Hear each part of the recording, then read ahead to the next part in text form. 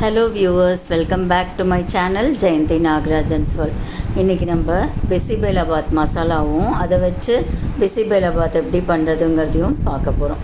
பிசிபெலாபாத் மசாலா எப்படி நல்ல bright red கலரில் டெக்ஸ்சர் எவ்வளோ பர்ஃபெக்டாக நல்லா வந்திருக்கு பாருங்கள். இதை வச்சு செஞ்ச பிசிபெலாபாத்தும் நல்ல கலர்ஃபுல்லாக நல்லா வந்திருக்கு. நான் இன்ஃபேக்ட் காய்கறி போட்டு பண்ணியிருக்கேன்.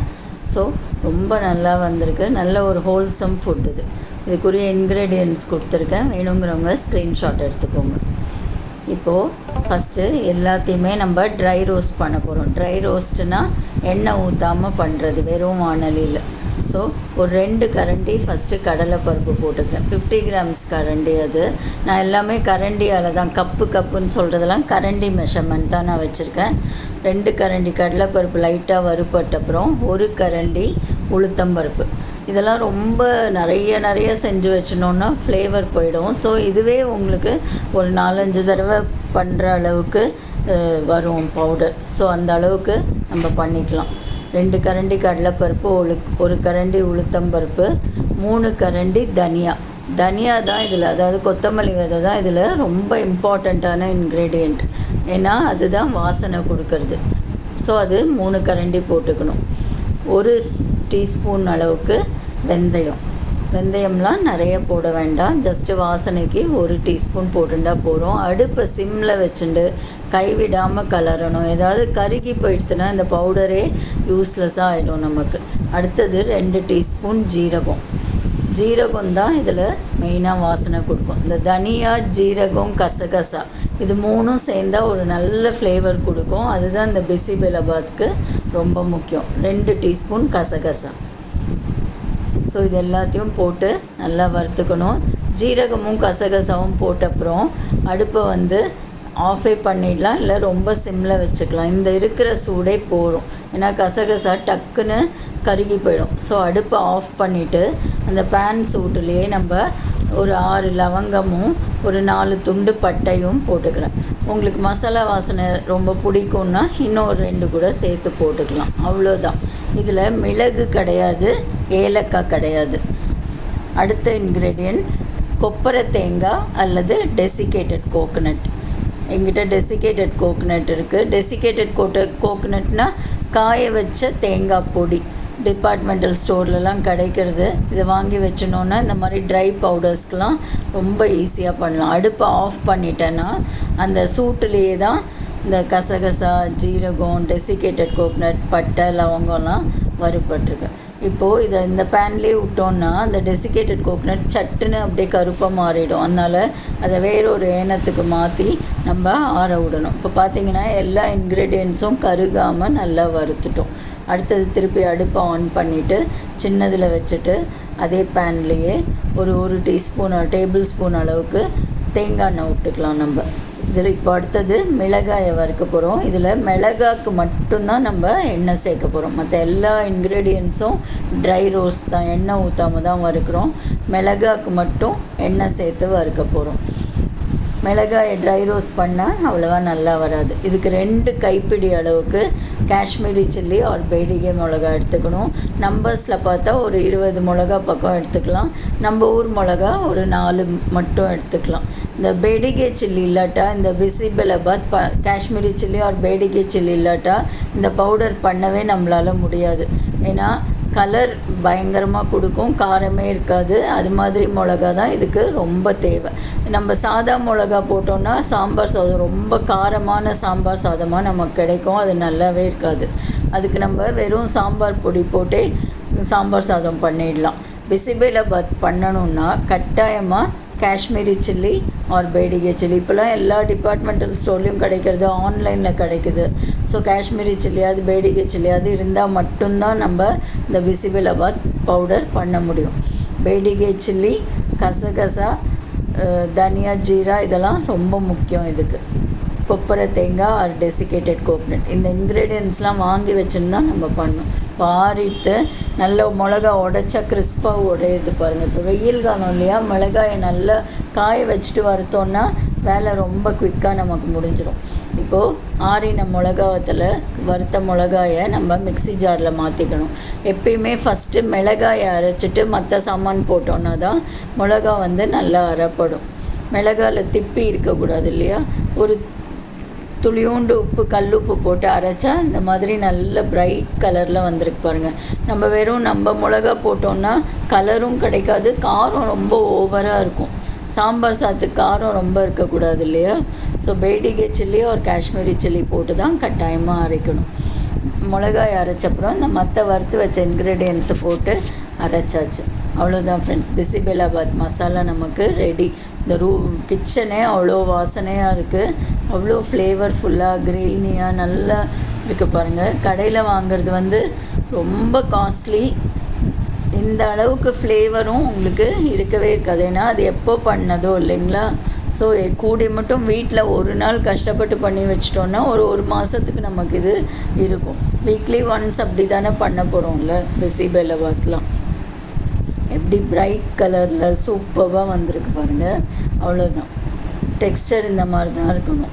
இதை விட ரொம்ப ஃபைன் பவுடராக அரைக்கக்கூடாது. இந்த டெக்ஸ்டரில் இருந்தால் கரெக்டாக இருக்கும். இப்போ பிசிபெலாபாத் மசாலா நமக்கு ரெடி ஆகிடுது. இதை வந்து ஒரு ஏர்டைட் கண்டெய்னரில் போட்டு வச்சோன்னா 2-3 மாதத்துக்கு ரொம்ப நல்லாயிருக்கும். பட் மந்த்லி ஒன்ஸ் அரைக்கிற மாதிரி அந்த குவான்டிட்டிக்கு பண்ணால் ரொம்ப நல்லது, வாசனை போகாமல் இருக்கும்.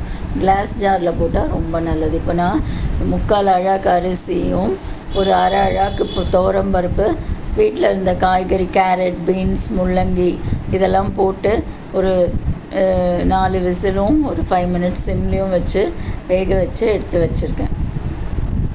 சின்ன வெங்காயம் ஒரு கைப்பிடியும் இதோடவே நான் போட்டு வேக வச்சுருக்கேன். இப்போது இந்த பேஸ் நமக்கு ரெடி ஆகிடுது. இப்போ அடுத்தது எப்படி பிசிபெலாபாத் பண்ணுறதுன்னு பார்க்கலாம். அதே பேன்லேயே ஒரு 4 டீஸ்பூன் குக்கிங் ஆயில் விட்டுருக்கேன். ஒரு 2 டீஸ்பூன் நெய் ஊற்றிக்கலாம். நம்ம நெய் நல்ல ஃப்ளேவர் கொடுக்கும் இந்த சாதத்துக்கு. இதெல்லாம் லைட்டாக சூடானோன்னு நம்ம அடுத்தது கடுகு போட போகிறோம். இதில் கடுகும் ஒரு 4 வெந்தயம் வாசனைக்காக. ஏன்னா நம்ம அந்த பவுடர்லேயே வெந்தயம் போட்டோம், சும்மா வாசனைக்கு ஒரு 4 வெந்தயம்.